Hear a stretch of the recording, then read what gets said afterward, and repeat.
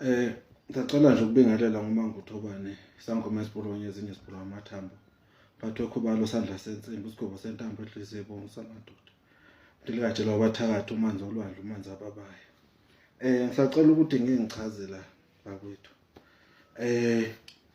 Kunabantu uthola ukuthi umuntu ufunwa ngesibhamu noma unezitha. Asike siqale la le ndaba le. Noma ngoThobane ukwenzela nje. Nanti ibhande lezitha libo leli angakalenzi. Ngiyalenza umuntu uma esethe angilenza abanye sengibenzele. Leli bhande leli uyalifaka. Leli bhande leli liyakuvikela ey'theni kakhulu. Umuntu ngixoxa naye kabanzi na elidinga noma elifuna leli. Ibhande leli linamandla, ibhande leli elisiza kakhulu. Mase ethi umuntu mkhulu mina ngifunwa ngesibhamu, ibhande angilifuni, yabo. Mase ngimnikeza na umuthi. Lo muthi lo manginikeza wona, ngiyakutshela ukuthi usebenzise kanjani, kuphi nendawo, awusetshenziselwe ekhaya. Ngiyakutshela ukuthi yakuphi ufike usebenzise lo muthi lo.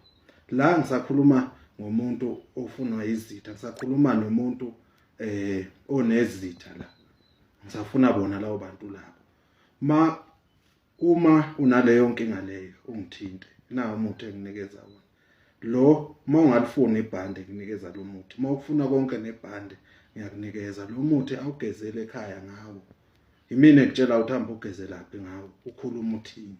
Lo muthi uma befuna ngesibhamu noma bekufuna nje unezitha nje nawe ongazazi ezivukelayo noma mawenza umsebenzi onezitha mawuyisecurity ngoba mawuyisecurity uhlala usengcupheni ukuthi ungadubuleka noma yinini, yabo.